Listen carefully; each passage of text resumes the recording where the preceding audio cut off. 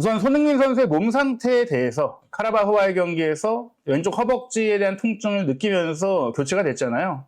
그 앞서서 브렌트포드와의 경기도 치르면서 굉장히 불편감을 느꼈던 게 포착이 됐었고, 또 어떻게 보면은 손흥민 선수의 경기력이 좀 떨어져 보였던 것도 그런 허벅지 근육의 문제가 좀 컸다라고 저는 생각이 들거든요. 그게 결국에는 드러난 게 카라바흐와의 경기의 교체 상황이었고, 그러다 보니까 이제 맨체스터 유나이티드와의 경기를 앞둔 포스테코글루 감독의 사전 공식 기자회견에서 당연히 나온 질문은 이 손흥민 선수의 몸 상태였거든요.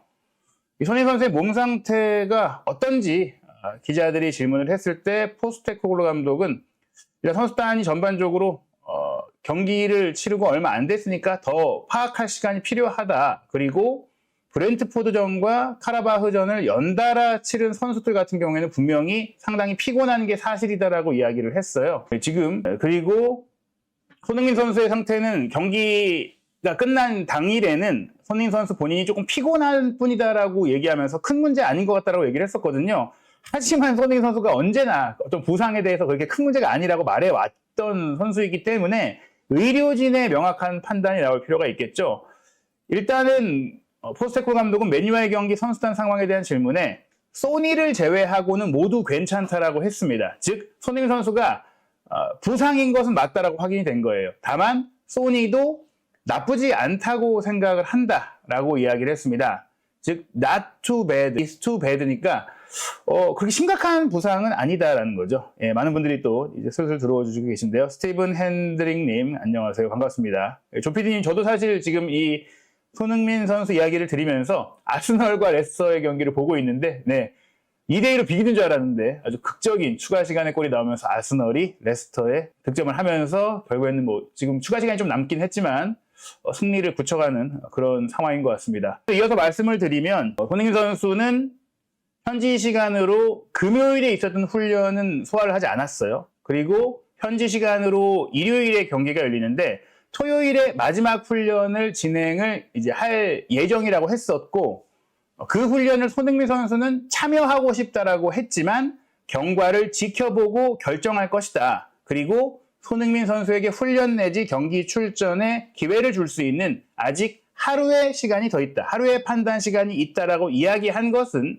말씀드린 대로 심각한 부상이 아니기 때문에 선발이냐 교체냐의 문제 단계가 아닐까. 즉 경기를 출전하는 것 자체에 큰 문제는 없을 것이다. 또 맨유와의 경기가 워낙 중요하기 때문에 차라리 이제 헝가리 원정 헝가리 원정으로 치를 유로파리그 경기를 쉬더라도 맨유전은 좀 출전시키고자 하는 의지가 포스테코글루 감독이나 구단 쪽에 있지 않을까 생각이 되고요.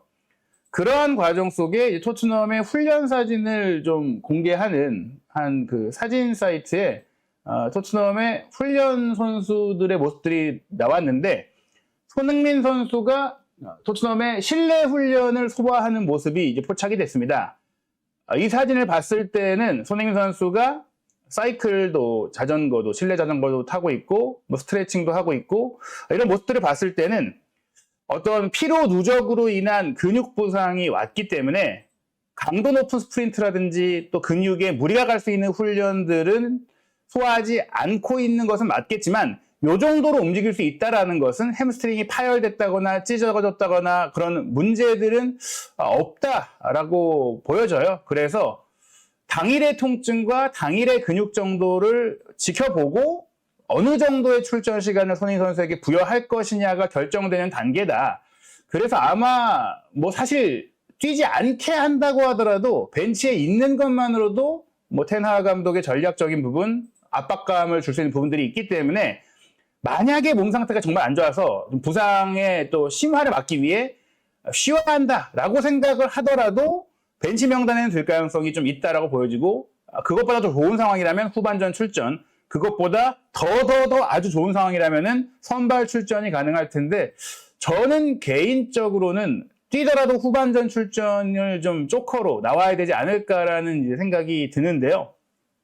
이 부분들은 저희도 실제 진단 결과라든지 엑스레이라든지 몸 상태를 명확하게 알 수가 없고 또 구단에서도 연막전을 위해서라도 굳이 이걸 명확하게 알릴 필요가 없기 때문에 저희가 뭐 경기가 이제 시작될 때, 경기 명단이 나올 때쯤에야 손흥민 선수의 정확한 상황을 알 것 같아요. 하지만 말씀드린 대로 이 사진에서 보시다시피 손흥민 선수가 뭐 통상적인 햄스트링의 부상이 발생한 2, 3주가량의 결장을 할 정도의 그런 심각한 상황은 명확히 아닌 것이 확인이 됐다라고 할 수 있겠습니다. 그리고 이 손흥민 선수의 최근 경기력, 분명히 근육에 무리가 왔고 좀 피곤했기 때문에 분명히 경기력에 지장이 있었어요. 그럼에도 손흥민 선수는 큰 역할을 하고 있다는 것이 어떤 기록에서 드러나느냐.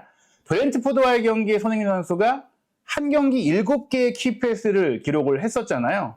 그 7개의 키패스뿐 아니라 2개의 어시스트를 기록을 하면서 손흥민 선수가 뭐 패스 마스터로서의 활약을 했었는데요. 그런 기록들이 올 시즌 전체적인 뭐 5라운드까지의 기록을 누적했을 때 손흥민 선수가 2014-2025 시즌 오픈 플레이 상황에서 가장 많은 기회를 창출한 선수로 지금 리스트에 올라와 있습니다. 라이브 스코어라는 매체에서 5라운드까지의 기준으로 세트피스를 제외한 오픈 플레이 기회 창출에서 손흥민 선수가 13개의 키패스를 기록을 하고 있고요.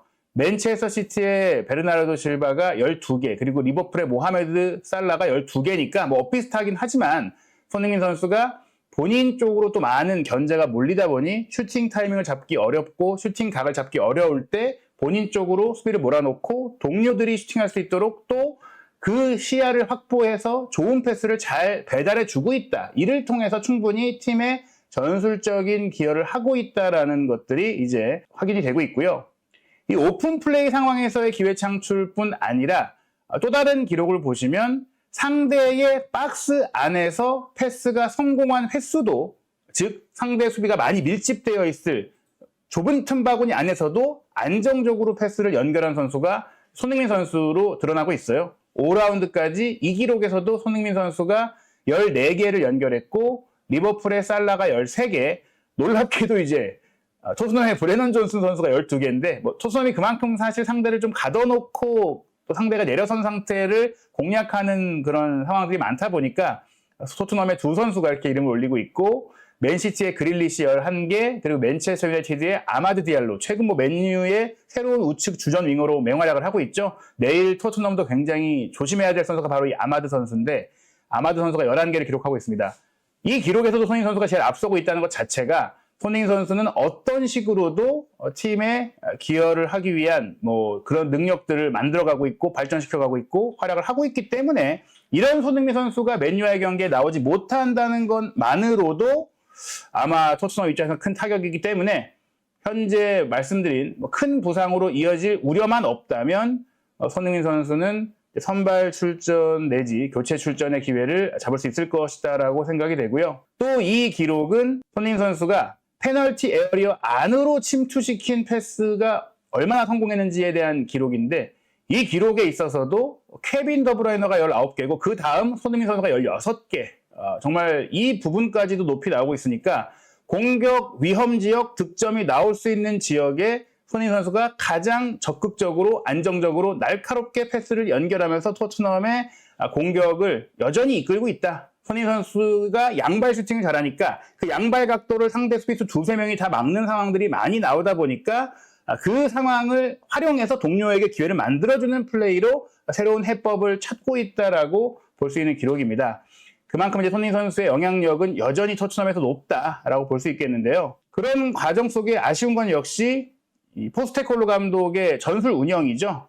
저희가 포스테코 감독의 입지라든지 영국 현재 민심도 좋지 않다라고 말씀드릴 수 있는 근거가 되는 그 컬럼이 텔레그래프에 나왔고요. 이 텔레그래프에 리버풀 레전드이자 프리미어리그 해설가로 스카이 스포츠에서 활동하고 있는 제이미 캐러거가 이제 컬럼을 올렸는데 이 컬럼 내용을 소개해 드리려고 해요. 이 컬럼의 제목 자체가 토트넘 R 플랫 트랙 블리스라는 제목인데요. 플랫 트랙 블리스가 스포츠계에서 강한 팀을 상대로는 약한데 약한 팀은 아주 잘 잡는, 뭐 약간 우리의 비속어식 표현을 하면 양학 전문 선수나 양학 전문 팀을 이야기하는 거예요.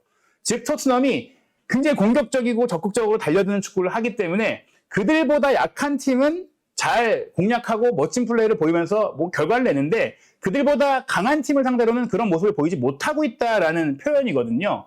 그래서 토트넘은 상대하기가 너무 쉬운 팀이다라고 이야기를 한 것입니다. 토트넘이 엔지 포스테코글루 감독 아래에서는 실리적인 결과를 얻어내기 위한 운영이 아니라 스타일만을 중시하고 있으며 결국에는 이런 그의 방향성이 바뀌지 않는다면 감독직에 대한 압박을 받게 될 것이다라고 캐러거가 얘기하고 있어요. 이게 캐러거의 개인만의 의견이냐? 아니라는 거죠. 캐러거가 이렇게 생각하고 이런 이야기를 꺼내게 된 배경은 지금 영국 내 언론과 팬들과 대중과 또 토트넘 팬들의 반응이 그렇기 때문이다라고 할 수 있는데요. 이 컬럼 내용이 굉장히 흥미로운 부분들이 많다 보니까 번역해서 좀 소개를 해드리도록 하겠습니다. 엔지 포스테코글루 감독을 선임한 직후에 다니엘 레비 회장이 서포터즈 모임, 팬포럼을 작년에 했잖아요. 팬포럼에서 연설을 하면서 자신 있게 말을 했습니다. 우리는 토트넘을 되찾았습니다. 라고요. 레비 회장이 옳았다고 말하는 사람들도 있겠지만 포스테코글루 감독 체제의 토트넘은 보기에는 좋지만 일관성이 없고 또 우승 경쟁팀과의 전력 차이, 거리가 느껴진다라고 정리가 되고 있어요.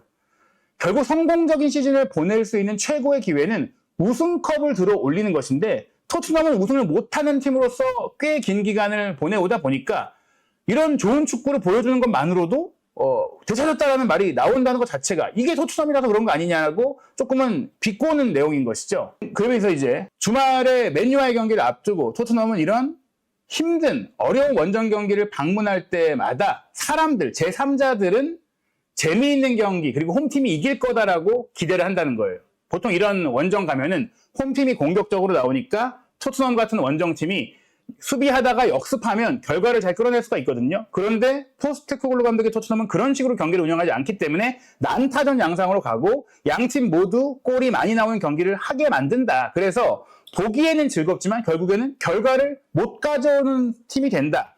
이런 지적을 캐러거가 한 겁니다. 포스테코글루 감독이 북런던에서 환영을 받은 이유는 사실 그 전에 토트넘을 이끌었던 두 감독, 무리뉴 감독과 콘테 감독이 워낙 조금 실용적이고 조금 수비적인 경기 운영을 했기 때문에 그런 경기를 보면서 또 결과도 못 가져왔다 보니까 많은 팬들이 지쳤어요. 그런 과정 속에 포스테코글루 감독이 와서 보여준 축구가 이 포체티노 시절을 떠올리게 하면서 신선한 바람이 됐다라고 이야기를 했는데요. 그렇기 때문에 레비 회장도 우리가 예전에 봤던 그 시절의 축구를 보는 것 같았고 이게 우리가 원하는 전부였다라고 얘기했습니다. 그런데 올 시즌에 와서는 여전히 그런 스타일에 대한 부분들은 있지만 결과가 나오지 않는 거예요. 이런 전술이 토트넘 감독으로 인정받기 위한 최소한의 요건이다라고 얘기를 했지만 토트넘의 위상의 클럽이 사실 그 전의 역사까지 돌아본다면 더 큰 결과를 노려야 한다는 것이죠. 결국 지난 시즌 하반기부터 걱정스러운 침체기를 겪으면서 영국 내에서도 포스테코글루 감독에 대한 호의가 약화되고 있다고 소개를 해요. 즉 한국 팬들만 이런 생각을 갖고 있다는 게 아닌 겁니다. 실제 기록적으로 최근 12번의 프리미어리그 경기 중에 토트넘이 7번이나 패배를 했어요.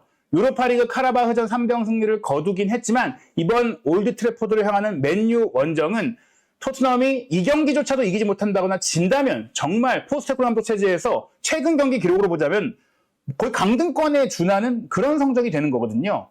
게다가 이 7번의 패배 안에는 아스널을 상대로 한 2번의 북런던 더비 패배가 포함되어 있기 때문에 서포터들의 불만이 커질 수밖에 없는 상황이라는 거예요. 왜냐? 콘테 감독이 있던 2시즌 전에는 토트넘이 아스널을 아르테타 체제로서 이겨내고 아르테타의 아스널을 이기면서 챔스 진출권을 가져왔던 상황이 있었는데 오히려 콘테가 떠나고 포스테코글루 감독이 온 이후에 지고 성적도 안 좋고 뭐 이런 생각이 되고 있는 거잖아요.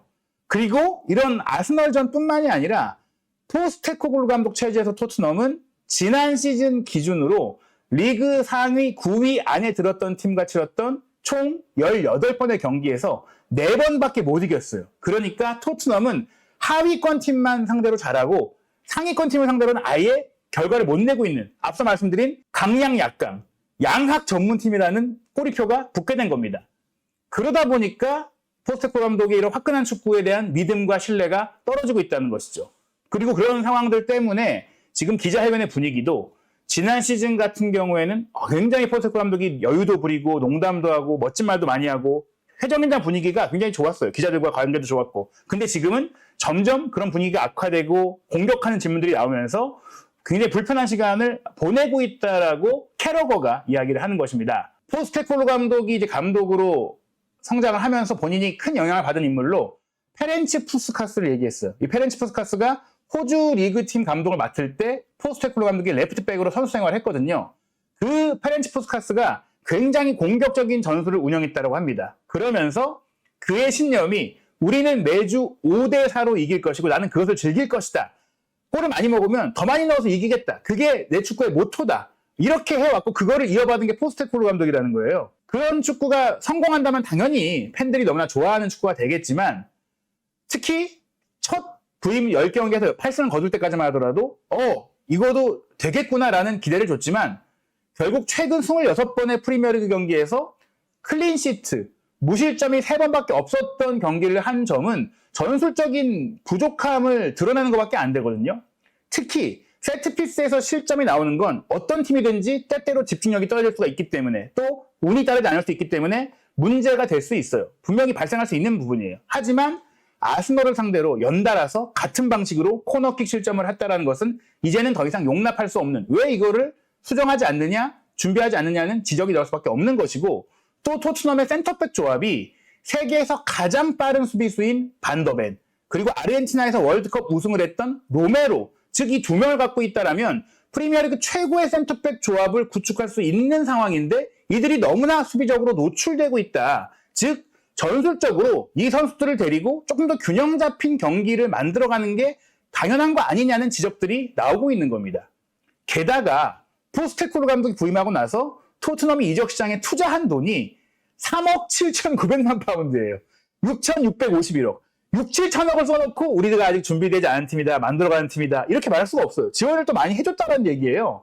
그런데 물론 이 금액이 해리 케인을 바이에른 뮌헨으로 보내면서 얻었던 이적료 수입도 있었고, 또 어떻게 보면은 기량에 비해 좀 많이 돈을 썼다라고 할 수 있는 브레넌 존슨 영입이라든지 솔랑키 영입에 좀 너무 큰 돈을 썼다라는 평가도 나오고 있기 때문에 물론 이 투자액만큼 토트넘의 선수단의 전력이 객관적으로 좋다. 그래서 포스테코글루 감독이 이 선수들을 못 쓴다. 뭐 이렇게까지 뭐 평가할 수는 없겠지만 그래도 토트넘이 최종적으로 봤을 때 투자한 돈이나 투자한 시간에 비해 결과를 못 내고 있다는 것은 명확하게 나오고 있는 것이죠. 그러다 보니까 지금 토트넘의 감독 포스테코글루 감독이 부당한 도전을 받고 있다고 느낄 정도로 기자회견 분위기가 대립적이다. 즉 이런 기자회견 분위기조차도 저희가 말하는 것처럼 포스테코글루 감독이 영국의 현지에서 민심이 굉장히 안 좋다는 증거가 될 수 있고요. 포스테코글루 감독은 그렇다 보니까 본인이 오히려 부임 첫 10경기에 8승 2무 너무 잘 나갔던 게 오히려 저주라고 생각할 수도 있다. 너무 기대치를 높여놓은 게 팀을 장기적으로 만들어가는 데 있어서 부담이 되고 있다라는 또 역발상이 좀 되는 거죠. 어찌됐거나 중요한 건 그 과거가 아니라 현재가 중요한 건데요. 올 시즌에 토트넘을 평가하는 데 있어서 중요한 것은 대체 토트넘이 원하는 야망이 뭐냐, 토트넘이 노리는 게 뭐냐라는 겁니다. 레비 회장이 또 최근 팬포럼을, 손흥민 선수도 참가했잖아요. 그 팬포럼에 갔을 때 토트넘을 되찾고 있다라고 얘기를 하는 게 대체 뭘 되찾고 있는 거냐는 그 부분이 중요하다라고 캐러거가 얘기를 해요. 맨유, 리버풀, 아스널, 첼시 같은 팀이 우리가 다시 돌아왔다라고 얘기한다는 건 프리미어리그 우승에 도전할 수 있는 팀이 됐다라는 의미거든요. 그런데 토트넘이 돌아왔다라고 하는 것은 그저 포체티노 감독 시절의 축구가 재현되고 있다. 근데 그때도 우승 못했잖아요. 챔스에 진출하고 뭐 몇몇 대회 결승에 올랐지만 결국 우승을 못했단 말이에요. 돌아왔다라고 하려면 최소한 1980년대에 FA컵도 우승하고 또 UEFA컵도 우승했던 그 시절로 돌아가야 되는 게 중요한 거 아니냐는 거죠. 그저 재미있는 축구를 하는 것만으로 만족을 한다면 포스테코글루 감독은 이미 안전하다. 이미 그거는 해내고 있다. 그러나 토트넘의 전통을 더욱더 떠올려 본다면 글렌 호들이 뛰었던 시절, 오지 아르딜레스가 활약했던 1980년대, 특히 1981년과 82년 2연속 우승을 이뤘던 그때 창의적이면서 견고하고 단단했던 그 팀으로 돌아가는 게 궁극의 목표가 아니냐는 겁니다. 스마트맨님, 제가 좀 입고 있는 유니폼은 오버 더 피치에서 만든 그 구사 월드컵 유니폼을 복각한 유니폼입니다. 여기 지금 뭐 라이브 방송이기 때문에 소통을 하고 있는데요. 어쨌든 좀 더 얘기를 드리면 그때의 토트넘 1981년부터 1990년까지의 토트넘은 5번이나 상위 4위 안에 들었을 정도로 꾸준했던 잉글랜드의 강팀이었던 거예요. 그러나 그때조차도 토트넘이 최고의 팀이 될 수 있는, 좀 우승할 수 있는 일관성이 부족하다는 평판을 받았는데 그 이후 지금의 토트넘은 더 그 부분이 떨어진 거잖아요. 2017년에 포체티노 감독이 토트넘을 프리미어리그 준우승으로 이끌었을 때가 1963년 이후 토트넘의 리그 최고 성적이었어요. 그렇다는 것 자체가 지금 토트넘이 원하는 건 더 높은 프리미어리그 우승을 위한 그런 계획이어야 하지 않겠느냐. 정말 그 밑에 챔스를 나가는 것만으로도 만족하겠느냐. 이런 얘기를 계속 하는 거예요. 포스테코글루 감독으로 그걸 할 수 있겠냐는 것이죠. 2024-2025 시즌에 토트넘이 만약 지난 시즌 5위를 차지했었는데 그 이하의 성적을 거두는 것은 분명히 실패라고 생각할 수 있지만 스타일만 유지한다면 성공이라고 정말 회장도 생각할 것인지, 모든 클럽이 물론 자신만의 스타일을 원하지만 포스테코글루 감독이 분명 스타일을 회복해냈지만 이제는 더 많은 실체가 필요하다. 그 스타일이 결과가 나와야 한다. 이런 지적을 하고 있어요. 그 자체가 저희가 말씀드리는 거랑 똑같은 얘기예요. 포스테코글루 감독이 시도하는 축구가 승리와 우승으로 이어지지 못한다면 더 지속되기 어려울 것이다라는 얘기를 캐러거가 한 것이고 영국 내의 분위기를 전달한 것입니다. 영국의 스카이 스포츠는 토트넘과 맨유의 경기 2대2 무승부를 예상했더라고요. 맨유의 상태도 좋지 않기 때문인데 흥미로운 게 이 두 팀은 굉장히 기복이 심하다 보니까 또 수비에 문제도 있다 보니까 어느 팀이든지 4대1로 이길 수 있는 그런 경기다. 토트넘도 4대1로 이길 수 있고 맨유도 4대1로 이길 수 있다는 거예요. 근데 4대4로 비길 수도 있다. 그럴 정도로 안정성이 좀 떨어지고 기복이 많다는 것이죠. 물론 맨유는 지난 시즌보다 개선되고 있다라고 저희가 여러 또 프리뷰 영상을 통해서도 얘기를 드렸고 또 스카이 스포츠에서 나오다시피 기본적으로 슈팅 허용 횟수가 굉장히 크게 떨어졌고 실점도 굉장히 줄었어요. 그러나 토트넘은 그런 면에서 아직 개선이 느껴지지 않는 상황이죠. 지난 시즌 개막 이후 특히 원정 경기에서는 리그 상위 11개 팀을 상대로 한 12경기 중에 2승밖에 못했고 2.2실점을 매 경기 하고 있다.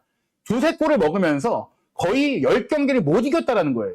그 자체가 지금의 맨유를 토트넘이 이길 수 있겠느냐라고 전망할 수 있는데 그럼에도 맨유도 안 좋으니까 그러면 많은 골이 터지는 무승부가 될 것이다. 이런 전망을 한 겁니다. 저도 사실 이 경기는 토트넘이 이기기 쉽지 않다라고 개인적으로 생각을 해요. 전술적으로 특히 오히려 맨유가 더 실리적으로 테나 감독의 운영이 있다 보니까 더 유리할 수 있다고 생각을 하고 특히 손흥민 선수까지 몸 상태에 좀 이상이 있어서 출전 시간이 제한되거나 혹은 출전을 못한다면 더더욱이나 어려울 거라고 생각을 합니다. 지금 예상 명단을 좀 뽑아봤는데요. 손흥민 선수가 뛰지 못한다면 베르너가 선발로 뛸 가능성이 높고 아예 못 뛴다면 또 교체로 마이키 무어가 나오겠죠. 그래도 현재의 그 훈련 상황을 보면 손흥민 선수가 잠깐이라도 뛸 수 있지 않을까 생각을 해봅니다. 솔란키, 베르너, 존슨이 3톱으로 서고 메디슨, 벤탄쿠르, 쿨리스키가 3미들, 우도기, 반더벤, 로메로, 포로에 포백, 그리고 비카리오가 골문 지킬 것 같고요. 맨유는 가르나초, 지르크지, 아마드가 3톱으로 최근에 활약을 하고 있는데 빠른 속도를 갖고 있는 호일룬과 레시포드가 깜짝 선발을 할 가능성도 있다. 특히 호일룬이 몸을 완전히 회복했다면 토트넘의 뒷공간을 노리기 위해 투입이 될 가능성이 높고요. 3미들은 최근에 에릭센, 브루노 페르난데스, 마이누가 아주 좋은 균형을 만들고 있고 포백은 달로, 리산드로, 더리우트, 마즈라이가 단단하고 또 오나나가 잘 맞고 있기 때문에 현재 객관적인 전력에서는 맨유가 앞선다라고 생각을 합니다. 그 차이를 만들 수 있는 선수가 손흥민 선수이기 때문에 손흥민 선수가 맨유와의 경기를 뛸 수 있을지 또 맨유와의 경기에 상대의 철저한 수비에 막혀도 서두에 소개시켜 드린 대로 그 놀라운 패스 기록을 통해서 또 어시스트를 만들고 프리미어리그 도움왕에 도전할 수 있는 또 그런 시즌을 만들 수 있을지 내일 이 경기가 또 펼쳐질 예정인데 그 경기를 또 한준TV에서는 입중계로 준비하고 있고요. 또 오랜만에 내일 맨유와의 경기 입중계는 이제 포천의 일동중학교 감독님이시죠. 이동진 감독과 함께 또 전술적으로 디테일한 얘기들까지 준비해서 전해드릴 예정입니다.